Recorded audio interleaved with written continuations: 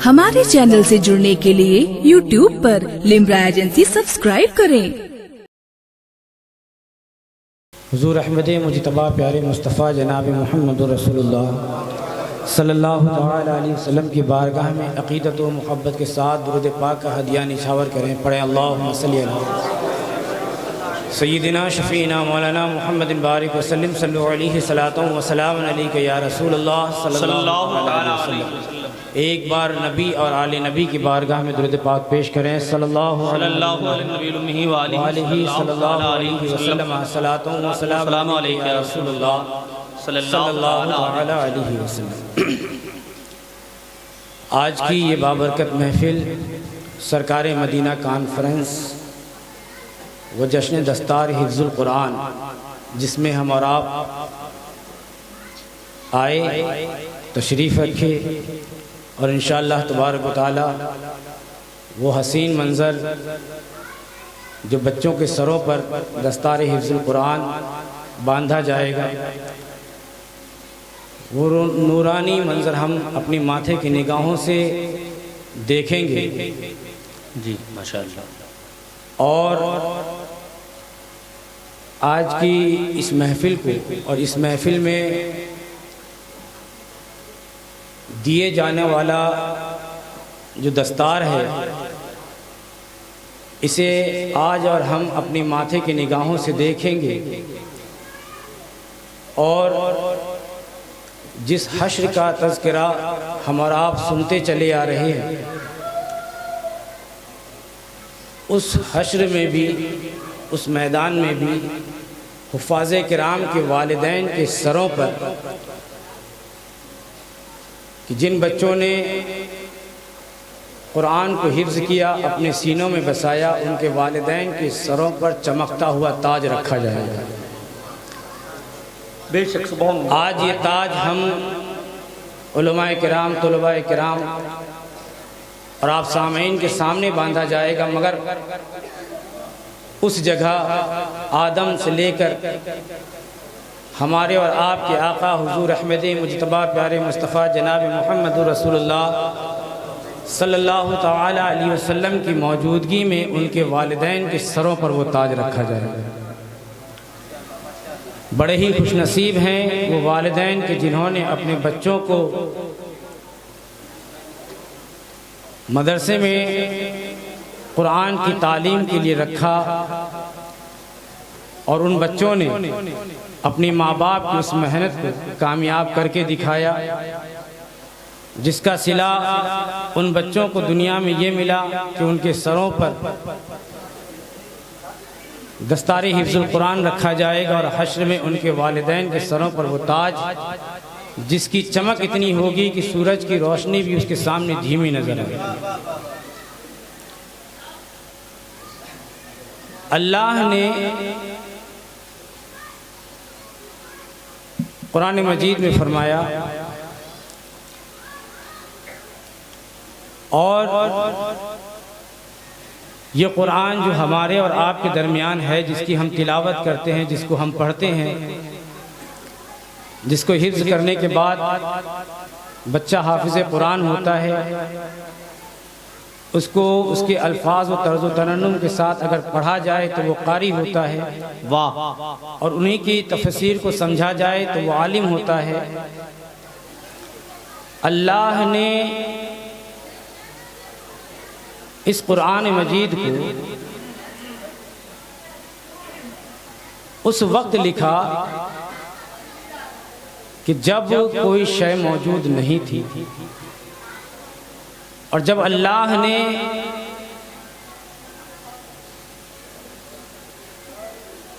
इरशाद, अल्लाह तबारक व तआला ने ये इरादा फरमाया कि उसके नबी पाक सल्लल्लाहु तआला अलैहि वसल्लम की ज़ात गिरामी और उम्मत के ताल्लुक़ से, हिदायत के ताल्लुक़ से लिखा जाए तो अल्लाह ने सबसे पहले अपने महबूब का ज़िक्र लिखा, अपने महबूब पर नाज़िल होने वाली किताब को लिखा। वाह वाह वाह। अगर ये कहा जाए कि हज़रत आदम का सहीफ़ा बाद में लिखा गया, हज़रत इब्राहीम का हुस्न जमाल, उनके ख़यालात बाद में बताए गए। यूसुफ का जमाल बाद में लिखा गया। अल-गर्ज़ के तमाम अंबिया किराम का जिक्र और चर्चा बाद में लिखा गया। अगर अल्लाह ने सबसे पहले कुछ लिखा तो आमना के लाल के अब उन्होंने कुरान लिखा। और किसी नबी की उम्मत को ये एजाज़ हासिल नहीं है कि वो अपनी उन किताबों का सहीफ़ों का हाफिज़ हो सिवाय अंबिया किराम के। मगर नबी पाक सल्लल्लाहु ताला अलैहि वसल्लम की उम्मत का ये एजाज़ है कि हमारे घर का 3 साल 4 साल 8 साल 10 साल यहाँ तक कि अगर बुढ़ापे को भी पहुँच जाए और उसमें कुरान को पढ़ने का जज्बा है तो वो उस वक्त में भी हाफिज़ कुरान बने। हाय हाय सुभान अल्लाह बेशक अल्लाह ने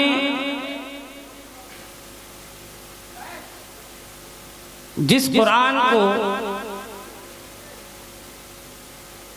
तमाम अंबिया किराम और तमाम कायनात की शय से पहले लिखा,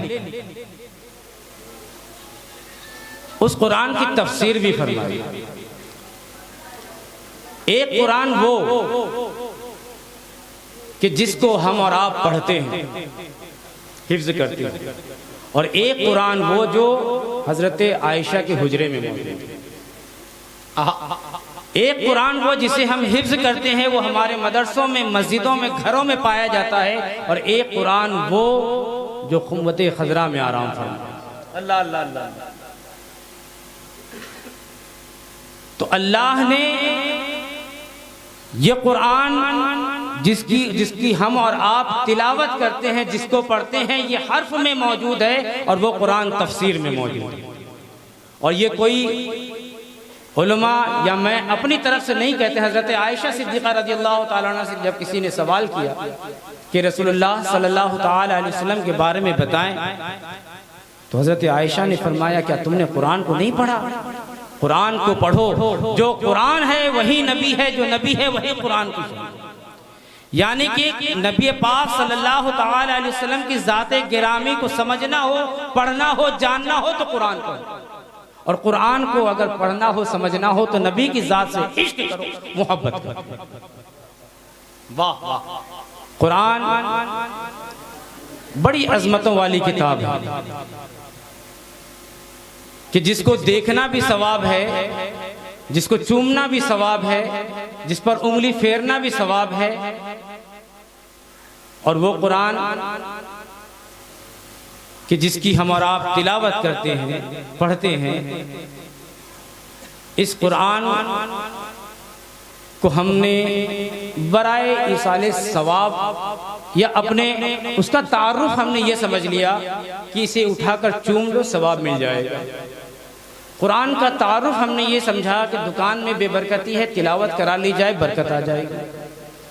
कुरान का तारुफ हमने ये समझा कि कुरान को सिर्फ उंगली रखकर पढ़ लिया जाए तो ये उसका तारुफ है।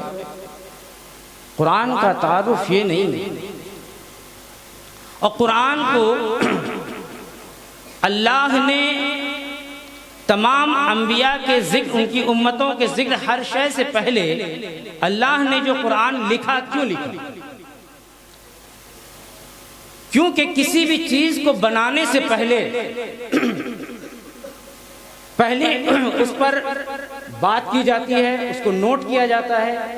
नोट करने के बाद, लिखने के बाद फिर उस पर रिसर्च किया जाता है, उसके आज़ा बनाए जाते हैं, उसको देखा जाता है, फिर चलाया जाता है। तो जो कुछ उसने अपने नोट में लिखा है, उस नोट पे लिखने के बाद फिर उस पर तजुर्बा करता है। ऐसा नहीं कि एक एक चीज़ लाते गए, जोड़ते गए, बनाते गए, फिर कुछ गलती होगी, फिर उसको तोड़ा, फिर बनाया, नहीं। पहले उसमें क्या क्या लगेगा, क्या क्या चीज़ें ज़रूरत, कौन सी चीज़ कहाँ फिट होगी, कैसे लगाई जाएगी, इस तरह से इजाज़त। हम और आप दुकानों में, शॉपिंग मॉल में, दुकानों पे जाते हैं, खरीदारी करते हैं। हर वो शय जो इलेक्ट्रॉनिक चीज होती है, मशीन की चीजें होती है, और जिसे चाहे वो मोबाइल हो, चाहे दीगर चीजें हों, जब उसको खरीदा जाता है तो उसमें एक वेलकम किट मिलता है या एक छोटी सी किताब मिलती है या एक छोटा पर्चा मिलता है जिसमें उसके इस्तेमाल का तरीका लिखा होता है। उसमें लिखी हुई होती है कि इसको कैसे स्टार्ट करना है, कैसे ऑफ करना है, कैसे चलाना है, रुक जाए तो क्या करना है, इसमें अगर इलेक्ट्रिक सप्लाई नहीं हो रही है तो क्या करना है, इलेक्ट्रिक ज्यादा आ रही है तो क्या करना है, अगर एक्स्ट्रा अगर हो गया तो क्या करना है, तो उसके बारे में उस पर्चे में पूरी डिटेल से लिखा होता है। तो दुनिया में जब कोई चीज बनाई जाती है तो उसके बारे में नोट किया जाता है, उसको पहले बताया जाता है वेलकम किट के साथ में, उस मशीनरी के साथ में, उस चीज के साथ में वो पर्चा दिया जाता है। उसी तरह जब अल्लाह ने इंसान की तख्लीक की, जब इस 6 फुट 5 फुट के इंसान को बनाना चाहा, नारे रिसालत उलमाए अहले सुन्नत हजरत अल्लामा मुफ्ती रफी निजामी साहब किबला, तो जब अल्लाह ने इंसान को बनाना चाहा तो इंसान को बनाने से पहले अल्लाह ने इंसान के लिए वो चीजें जो उसके लिए जरूरी थी वो अल्लाह ने कुरान पाक में दर्ज फरमा दिया। अब ये 6 फीट की जो मशीन जो इंसान की शक्ल में घूम रही है, गुनाह कर रही है, नेकी कर रही है, शर्मिंदा अपने गुनाहों से अगर वो हो रहा है, अगर वो नेक राह चल रहा है मगर दिल में तकब्बुर आ रहा है, तकब्बुर करता है मगर तौबा नहीं करता, नेकी कैसे करना है, नमाज कैसे पढ़नी है, तरीका ज़कात का क्या होगा, उल्फत और मोहब्बत का क्या होगा, सही चलेंगे तो क्या मिलेगा, गलत चलेंगे तो क्या मिलेगा, अगर अल्लाह से उसके रसूल से मोहब्बत करेंगे तो क्या मिलेगा, ये तमाम सारी चीजें जो इंसान की जिंदगी से वाबस्ता है अल्लाह ने उसको कुरान में पहले दर्ज फरमा दिया। सुभान अल्लाह, सुभान अल्लाह। इंसान चाहता है कि वो हिदायत के रास्ते पर आए तो वो अल्लाह के कुरान को पढ़े, मगर जो मशीन के साथ में जो चीजें आती है उसको तो हम पढ़ते हैं, मगर हमारे लिए जो जरूरी है, तख्लीक का मकसद है, हम उसको नहीं पढ़ते। इसी वजह से इस्लाम से दूरी, नबी की ज़ात से दूरी, कुरान पाक से दूरी, मदरसों से मसाजिदों से दूरी बढ़ती जा रही है। महफिलों में भी अगर बैठते हैं तो हालात हमारे ये होते हैं कि हम कुछ चीज़ें ऐसी, हर एक का मकसद नहीं होता मगर कुछ का मकसद होता है कि हम इनकी चीज़ों को पकड़ें और इसे लोगों में आम करें, मगर जिसका मकसद हिदायत लेना होता है अल्लाह तबारक व तआला उसे हिदायत देता है। कुरान को कोई सवाब के लिए पढ़े तो कुरान सवाब देता है, कुरान को कोई चूमे सवाब की नीयत से तो सवाब मिलता है, पढ़े तो भी सवाब, चूमे तो भी सवाब, न पढ़ना आता हो उंगली फेरे तो भी सवाब। मगर कुरान का तारुफ, कुरान पाक के इस दुनिया में नबी पाक सल्लल्लाहु अलैहि वसल्लम पर नाजिल होने का मकसद तो सिर्फ हमें खैर और बरकत हासिल करना नहीं था, अपने मरहूमीन की मगफिरत कराने का मकसद तो नहीं था। तो कुरान का मकसद क्या है, हमने जो मकसद, जिस मकसद से अल्लाह ने हमें कुरान दिया वो काम तो हम नहीं कर रहे, बाकी नेकी और सवाब के काम के लिए हम उसको जरूर इस्तेमाल करें। तो हम कुरान से पूछें कि कुरान किस लिए अल्लाह ने भेजा, तो कुरान खुद फरमाता है अल्लाह तबारक व तआला ने मुझे हिदायत वाली किताब बनाकर दिया, जो मुझे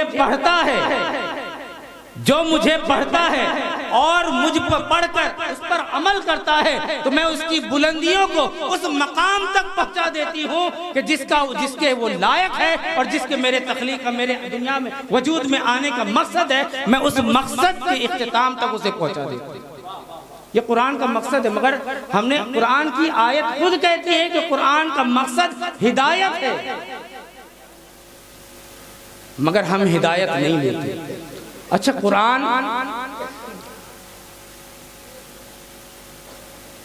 मकसद है हिदायत और कुरान पाक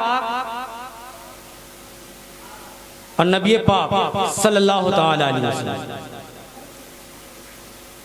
इन दो, कुरान और नबी पाक सल्लल्लाहु ताला अलैहि वसल्लम के बारे में अगर हम ये कहें कि अल्लाह ने जो अपने नबी पर कुरान का नुज़ूल फरमाया, अल्लाह ने अपने नबी को उन कुरान की आयतों की तफसीर भी बताई, मगर वो कुरान हम तक आया कैसे, कुरान हम तक पहुंचा कैसे, ये तफसीर हम तक आई कैसे। ये कुरान, ये नमाज, ये रोज़े, ये हज, ये ज़कात, ये सदका, ये खैरात, ये मदारिस, ये मस्जिदें, ये इखलाक, ये मोहब्बत, ये दाढ़ी, ये टोपी, ये जुब्बा, ये अमामा, ये पगड़ी हम तक आया कैसे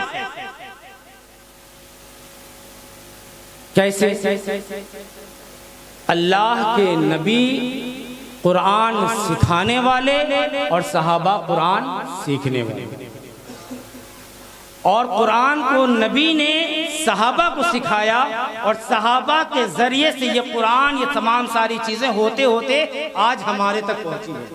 यानी कि हमारे और नबी पाक सल्लल्लाहु ताला अलैहि वसल्लम पर जो कुरान पाक नाजिल हुआ और उसकी तफसीर और तमाम सारी चीजें जो आज हम तक मौजूद हैं, ये हम तक आने का जो जरिया है वो सहाबा किराम के साथ है। क्यों? इसलिए कि अल्लाह तबारक व तआला ने इसका भी जिक्र कुरान में फरमाया, ऐ महबूब, हमने इस दीन को मुकम्मल फरमा दिया और हमने आप पर नेमतें तमाम कर दी। नबी पाक सल्लल्लाहु ताला अलैहि वसल्लम ने हज्जतुल विदा के मौके पर आखिर में यही फरमाया, ऐ लोगों, क्या मैंने तुम तक अल्लाह का दीन पहुंचा दिया? सारे ने कहा हाँ। अब ये तुम्हारी जिम्मेदारी है कि जो लोग गायब हैं, जो मौजूद नहीं हैं, उन तक पहुंचाना ये तुम्हारी जिम्मेदारी है।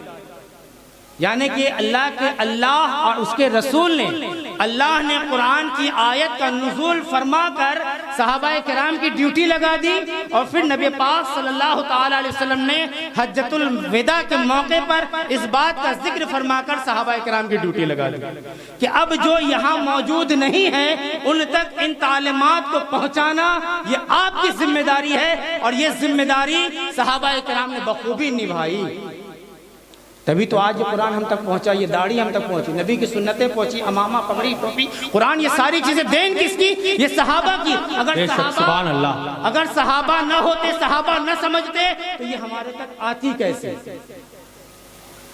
सहाबा अगर न होते ये हम तक आती कैसे? तो इसीलिए कि हमारे और नबी के दरमियान, हमारे और नबी के दरमियान अगर सहाबा हैं, जो जाने कि सहाबा हमारे दरमियान हैं, तो वो जान ले हकीकत में कि नबी का इश्क उन्हीं से है। और जो ये सोचे कि सहाबा की शान में गुस्ताखी करे, बेअदबी करे और कहे कि डायरेक्ट लेंगे, तो डायरेक्ट कभी कोई चीज किसी को मिलती नहीं है, बस जरिया ही मिलती है। बिना किसी जरिए के, बिना किसी वसीले के कभी किसी को कुछ मिला नहीं है। कुरान वो किताब है कि जो लारैब है, हर ऐब से पाक है। तो कुरान भी पाक है, कुरान भी बेऐब है और नबी की ज़ात गिरामी भी बेऐब है। नबी की ज़ात भी बेऐब, कुरान भी बेऐब, ऐब किसी में नहीं है। मगर एक चीज है कि अल्लाह भी पाक है, नबी भी पाक है। जिस मुसल्ले, जिस गद्दे पर आप बैठे हैं वो भी पाक है। जिस मस्जिद के मुसल्लों पर हम नमाजें पढ़ते हैं वो भी पाक है। जिस मिंबर पर हम बैठे हैं वो भी पाक है। जो कपड़ा हम पहने हैं वो भी पाक कपड़ा भी है, पाक मुसल्ला भी है, पाक चटाई भी है, पाक नबी की जात भी है, पाक अल्लाह की भी जात है। बेशक बेशक, ये सब पाक है। तो पाक का पाक से फर्क कैसे पता चलेगा? अल्लाह पाक, नबी पाक, मुसल्ला पाक, मिंबर पाक, कपड़ा पाक। मगर इन तमाम पाकों में जो पाक में जो फर्क आता है वो ये है कि हमारा कपड़ा पाक है मगर ये नापाक हो सकता है। वाह वाह, हमारा कपड़ा पाक है, निजासत लग सकती है, नापाक हो सकता है। जिस चटाई पर बैठे हैं उस चटाई पर गंदगी लग सकती है, नापाक हो सकता है, मगर नबी पाक सल्लल्लाहु ताला अलैहि वसल्लम की जात गिरामी असल में हर ऐब से पाक है। सुभान अल्लाह, सुभान अल्लाह। नबी पाक सल्लल्लाहु अलैहि वसल्लम की जात गिरामी हर ऐब से पाक है। हमने कहा अल्लाह ऐब से पाक है, मेरा अकीदा भी कहता है कि अल्लाह हर ऐब से पाक है, मगर रसूलुल्लाह भी हर ऐब से पाक है। हाय हाय हाय, बेशक बेशक, सुभान अल्लाह, सुभान अल्लाह। नारे तकबीर, नारे रिसालत।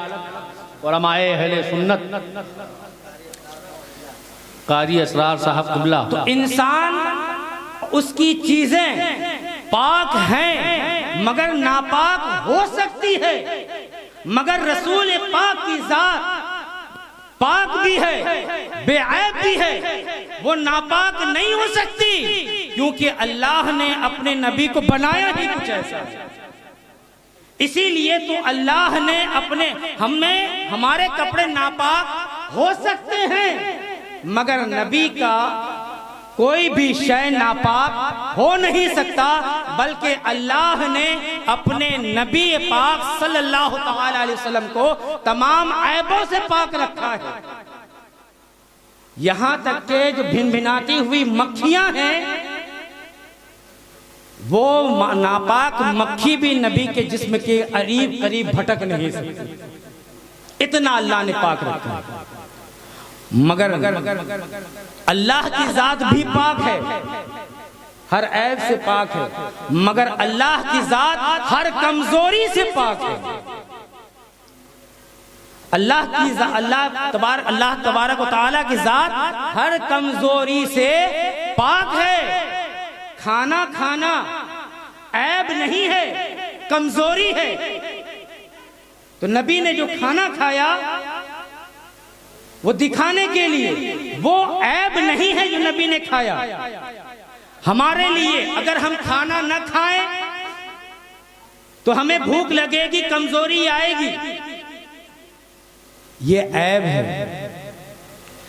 हमें हाजत होती है इस्तिंजे की, न करेंगे तो मजबूर हो जाएंगे, बीमार हो जाएंगे, तो ये चीजें हमारी कमजोरी है। मगर अल्लाह के नबी सल्लल्लाहु ताला अलैहि वसल्लम, अल्लाह के नबी सल्लल्लाहु ताला अलैहि वसल्लम की जात गिरामी और उनसे वाबिस्ता उनके जिस्म अतहर से लेकर उनके पैरान, उनके कमली तक अल्लाह ने सबको पाक रखा है और बेऐब है। तो जब अल्लाह तबारक व तआला अपने प्यारे नबी सल्लल्लाहु ताला अलैहि वसल्लम से इतनी मोहब्बत करता है कि इन तमाम ऐबों से पाक रखा, तो जो लोग सिद्दीक़ अकबर हो के उमर फारूक हो, इनके मामले में अगर उलझते हैं तो वो किस तरह का ईमान रखते हैं कि सिद्दीक़ अकबर की शान में गुस्ताखी करते हैं और कहते हैं कि सिद्दीक़ अकबर और हजरत अली के ताल्लुक से बहस व मुबाहिसा करते हैं, बातें करते हैं। अगरचे अली हजरत अली रजी अल्लाह ताला अन्हु की शान में वो खूब बढ़कर बातें करते हैं, मगर अगर सिद्दीक़ अकबर की शान में गुस्ताखी करते हैं, उनमें ऐब निकालते हैं, तो जानो अल्लाह ने जब अपने नबी के इर्द गिर्द किसी ऐसे शख्स को नहीं आने दिया कि जो चीज नापाक हो, तो आप क्या ईमान रखते हैं कि अगर सिद्दीक़ अकबर में अगर सिद्दीक़ अकबर में ऐसी कोई चीज होती तो क्या अल्लाह तबारक व तआला सिद्दीक़ अकबर को नबी के करीब आने देता? नहीं आने देता। और ऐसे वैसे करीब नहीं है, ऐसे वैसे करीब नहीं है। लोग मरने के बाद हमारा चेहरा नबी के रोजे की तरफ होता है, मगर सिद्दीक़ अकबर रज़ी अल्लाह ताला अन्हु का पूरा जिस्म नबी पाक सल्लल्लाहु ताला अलैहि वसल्लम के रोजे। जब अल्लाह अपने नबी को इन चीजों से, इन गलाजतों से पाक रख सकता है, ऐब से पाक रख सकता है, तो ऐबदार चीजें जो नबी के आसपास तक नहीं आने देता, वो अल्लाह कैसे ये बर्दाश्त करता, वो अल्लाह तबारक व तआला कैसे अपने नबी के गिर्द आसपास में ऐसे लोगों को आने देता कि जो ऐबदार होते, जो लोग नापाक होते, जो अच्छे ना होते। पता चला कि सिद्दीक़ अकबर रज़ी अल्लाह तआला अन्हु से मोहब्बत करना ये नबी पाक सल्लल्लाहु अलैहि वसल्लम की सुन्नत है। तो अगरचे कोई हजरत अबू बकर सिद्दीक रज़ी अल्लाह तआला अन्हु की शान में गुस्ताखी करता है तो वो अपने ईमान में कमज़ोरी लाता है, वो अपने ईमान को बर्बाद करता है। लिहाजा अपने ईमान को बर्बाद न करें, इसलिए कि नबी की ज़ात गिरामी ने सिद्दीक अकबर रज़ी अल्लाह तआला अन्हु से बेपनाह इश्क फरमाया। आखिरी बात बताता हूं, जंगे बदर का मौका है और जंगे बदर में जब पहुंचे हैं बदर के मैदान में, इशा का वक्त हो गया। हुजूर ने भी नमाज पढ़ी, सहाबाए किराम ने भी नमाज इशा अदा की। हुजूर ने फरमाया कि नमाज इशा से सब लोग फारिग हो चुके हैं, अब सब लोग अपने अपने कैंप में आराम फरमाएं। सब लोग आराम फरमाएं और सुबह जंग होगी। सहाबा को आराम करने का हुक्म दिया और खुद अपने खेमे में चले गए। और जो वहां मौजूद थे, दो सहाबियों की ड्यूटी लगाई कि अंदर किसी को आने न देना, किसी को अंदर दाखिल होने न देना, मगर अगर सिद्दीक आते हैं तो उन्हें आने देना और उन्हें रोकना मत। तो हजरत इत्तिफाक के बाद देखें कि हुजूर ने फरमाया अगर सिद्दीक आए तो उन्हें मत रोकना, उन्हें आने देना, बाकी अगर कोई आता है तो उन्हें आने न देना। हुजूर गए और अल्लाह तबारक व तआला से गिरिया वजारी और दुआ करने लगे। हजरत सिद्दीक अकबर रज़ी अल्लाह तआला अन्हु फरमाते हैं कि जब मैं अंदर दाखिल हुआ तो मैंने देखा हुजूर पाक सल्लल्लाहु अलैहि वसल्लम का सर मुबारक सजदे में, और जिस जगह पर नबी सजदा कर रहे हैं उस जगह आसपास नबी के आंसुओं से वो जगह तर हो चुकी है, वो जगह भीग चुकी है। और नबी की जबान पे जारी है कि मौला मेरे पास जो जमाई हुई दीन इस्लाम की तबलीग में, बताने में, समझाने में जितने लोग आए ये 313 लोग हैं कि जो मेरे कहने पर तेरी रजा की खातिर ये लोग हाजिर हो। वो भी इन 313 लोगों में 6 लोगों के पास में तलवारें हैं, सब निहत्ते भी हैं, भूखे भी हैं, प्यासे भी हैं। मौला जो मेरी कमाई थी वो सब मैं लेकर आ गया तेरी रजा के खातिर, इस दीन के खातिर। मौला मैं लेकर सबको आ गया, अब आगे इनको अगर ये लोग जो आज तेरे लिए हाजिर हुए, तेरे इस्लाम को गालिब करने के लिए हाजिर हुए, तेरे इस्लाम को आगे बढ़ाने में मदद के लिए हाजिर हुए, भले इनकी तादाद 313 है, मौला तू अपना फजल फरमा दे, इन्हें फतह अता फरमा। मौला अगरचे तू इनकी मदद न फरमाएगा तो जान ले मौला कयामत तक फिर कोई तेरा नाम लेने वाला नहीं। फिर जंग बदर का हमने वाकया सुना कि साहब फिर उसमें फरिश्ते भी आए, जंग हुई और अल्लाह तबारक व तआला ने अपने नबी को फतह और नुसरत दिलाई, फतह हासिल हुई।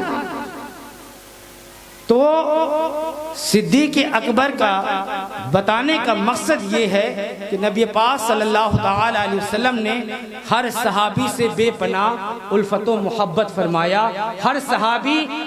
हर सहाबी जिसने नबी को अपने माथे की निगाहों से देखा ईमान की हालत में और उसी हालत में खात्मा हुआ, वही सहाबी है। और हर सहाबी के बारे फरमाया किसी की भी तरीक़े को अपनाओगे, अपना लोगे, जन्नत की तरफ चले जाओगे। तो लिहाजा हम और आप कुरान पाक की महफिल में बैठे हैं। अल्लाह तबारक व तआला जो कुछ मैंने बोला गलत सलत अगर कुछ निकला तो अल्लाह तबारक व तआला मेरे गुनाहों को माफ़ फरमाए। अस्तगफिरुल्लाह रब्बिल मिन कुल्लि ज़ंबि व अतूबु अलैह। और जो कुछ सही तौर पर पढ़ा गया, बताया गया, उस पर हमें, आपको, हम सबको अमल खैर की तौफीक अता फरमाए।